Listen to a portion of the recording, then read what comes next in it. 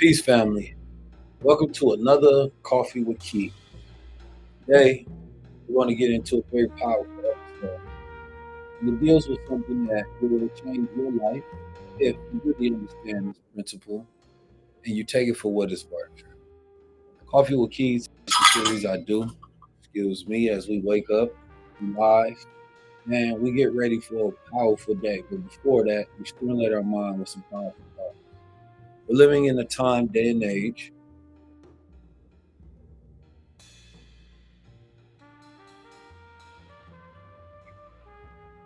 living in a time, day, and age where a lot of people aren't thinking anymore.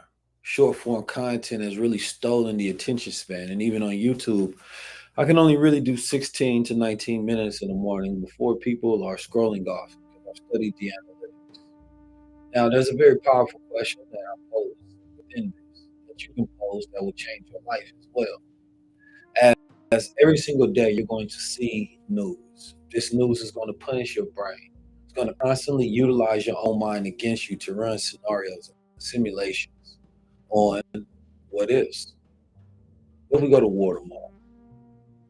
What if we are in a situation where we have to ration food? What if you have an emergency and you don't have any money and there's nothing that you can do? What if a loved one dies tomorrow? These what if scenarios we can run in our head all day long, nonstop. They can go in the bad direction or they can go in the good direction. Because what if is also one of the most powerful two words in the world that masters use to change the narrative that's inside their mind. See, we run on consistent narratives in our mind about who we are. Our identities is always connected to who we think we are, and where we think we are in our story, in our chapter. Then we have feelings and thoughts subconsciously related to those modes, to those ideas, to those narratives. And the what ifs can be used in a way to change our whole destiny. Just one question. I mean, run this scenario in your own head. What is the most powerful what if you can come up with? First, it starts with what if you were never born, right? See, with one decision can change everything in life. Maybe your mother didn't glance at your father and they never met. Maybe somebody never introduced them because they was late.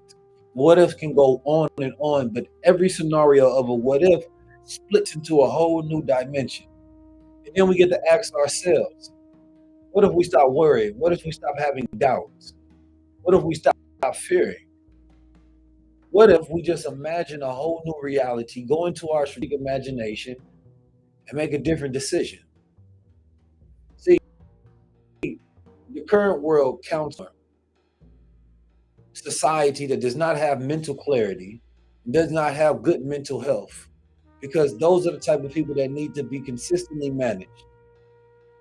But then there's powerful people throughout every generation that ask themselves, what if I am the one to change the world? What if I am the one billionaire within my family? What if I am the one who abundance is attracted to? And repeating these over and over automatically starts to change your reality.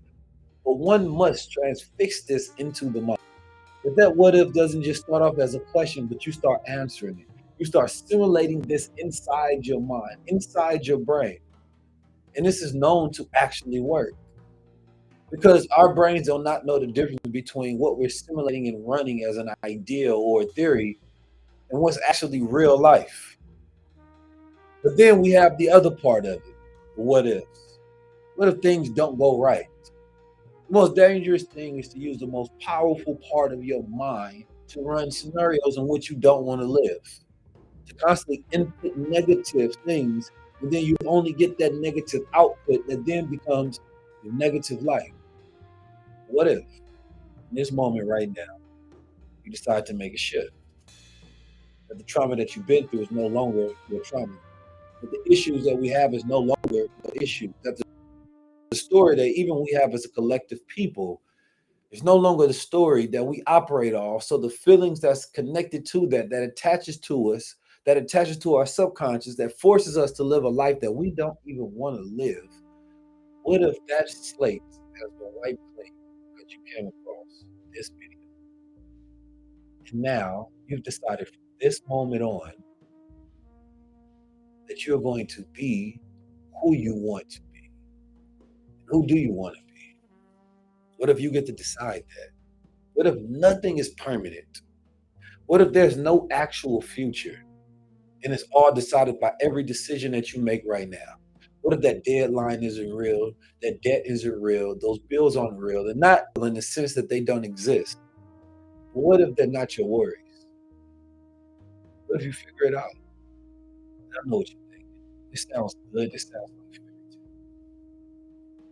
But I've done this my whole entire life. You never know when I have a problem because I go into the what if. What if I could figure this out? What if I become a greater version of myself that's greater than my problem, smarter than any of the issues that I'm having right now? Then I start reverse engineering. How do I get there after I'm already living the outcome of the what if, which automatically puts me in a different energetic state. One of my greatest quotes is, what you do frequently becomes your frequency. And all the masters of reality agree on this, that what if is one of the most powerful things that you can utilize. Not only that, scientists agree as well. Now let's deal with just a little bit of science.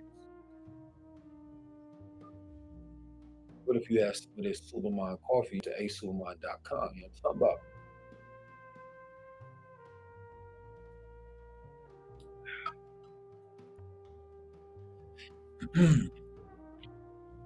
It says, when you ask what if, three systems activate at once. The default mode network, which is the network that constructs internal reality, past, present, future, identity, and meaning, which some would argue is the most important network that we have because we do everything based on this, right?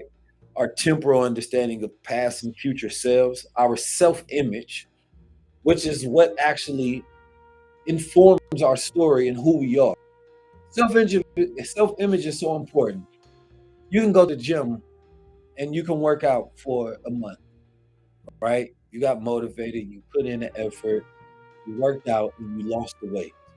Now, one of the reasons why people put that weight right back on is because their self image in their mind is still of their past self. So subconsciously, you're still emanating at the frequency that exists inside your perception.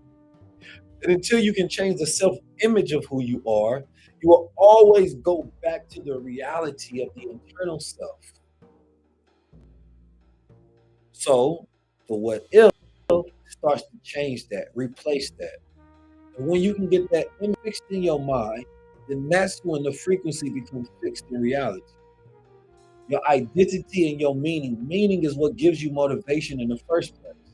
By changing your identity in the sense that you're upgrading your value, refining who you are, and those values are then attached to your identity, right? And your meaning, and whatever becomes meaningful to you becomes effortless to you in the sense that it requires less discipline for you to do that.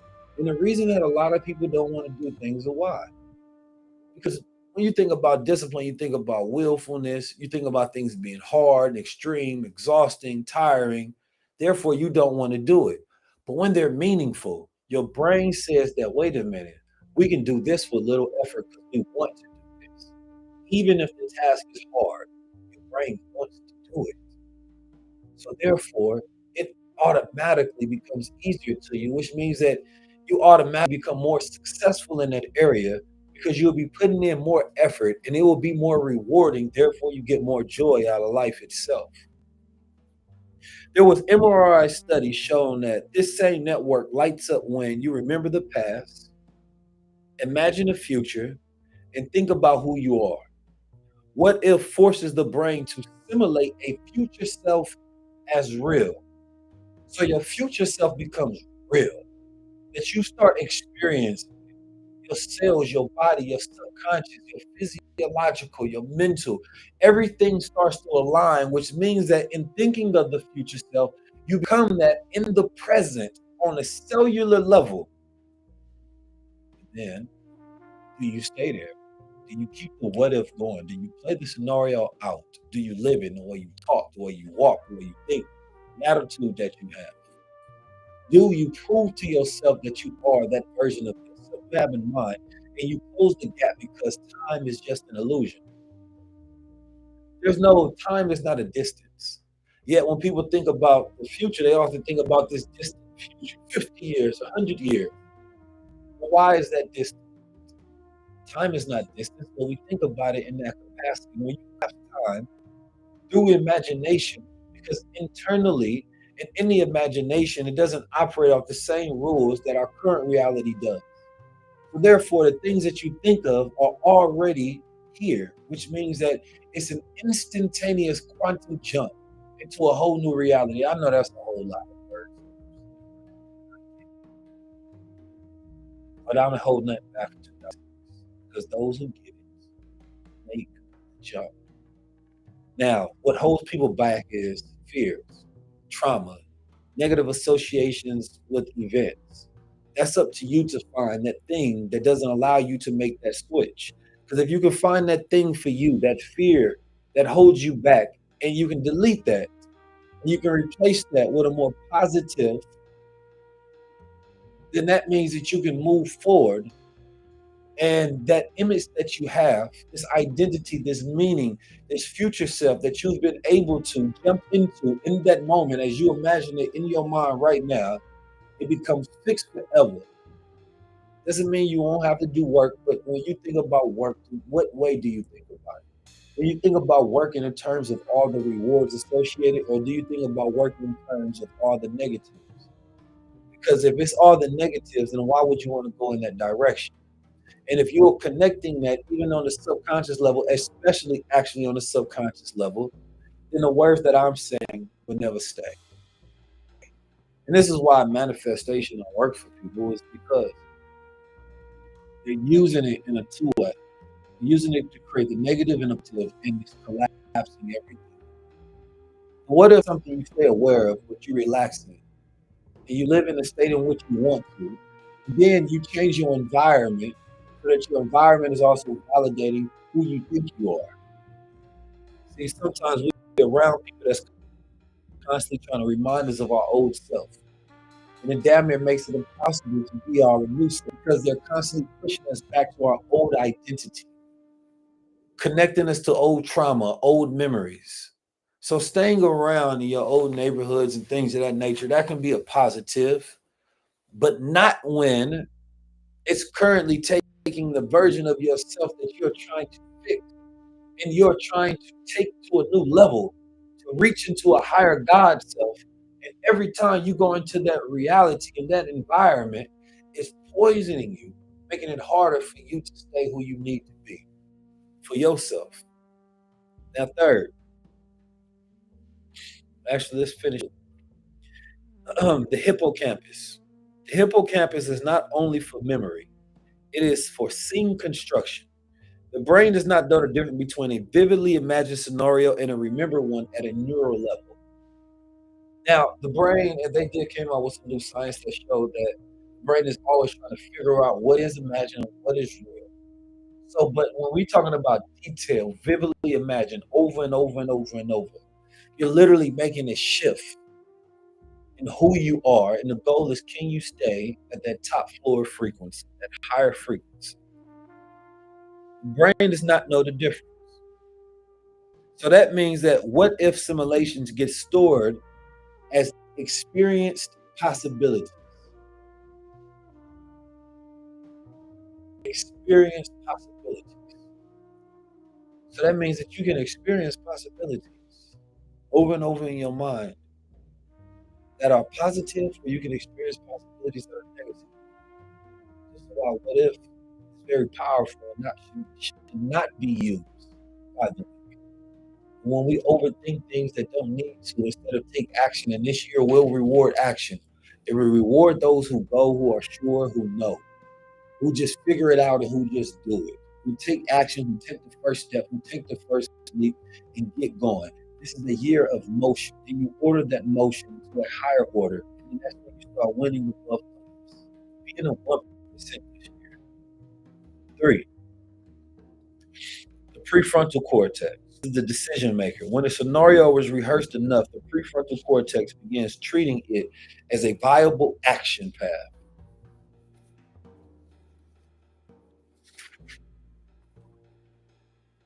So if you're rehearsing something and repeating it over and over and over, the brain starts to believe it that, okay, this could be the path in which we go.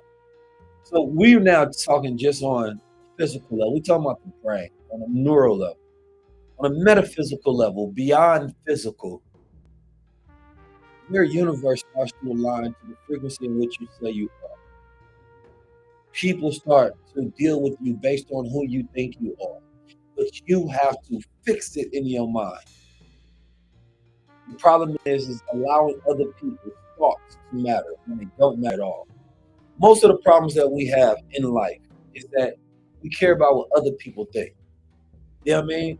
Forget what other people think because most people don't even know what they think about themselves. And so if you can deal with the comments, if you can deal with the hate, if you can deal with love, if you can deal with all the things that come along with the success, then you have to also ask yourself, what does come along with success? Because the ideas that you have attached to success themselves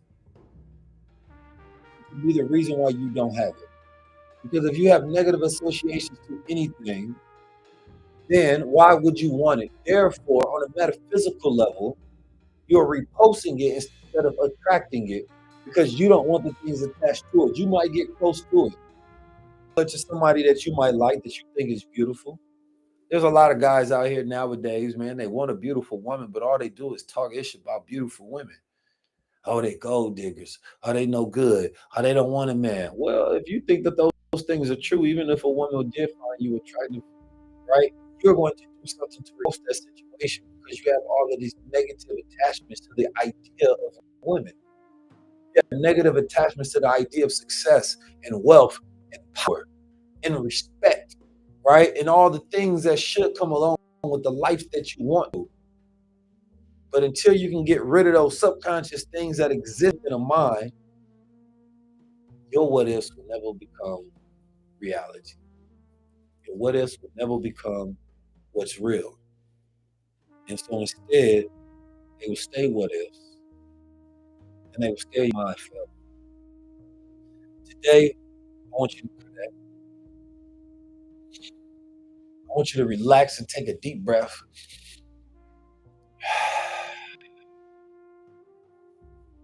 We just started a new fiscal year.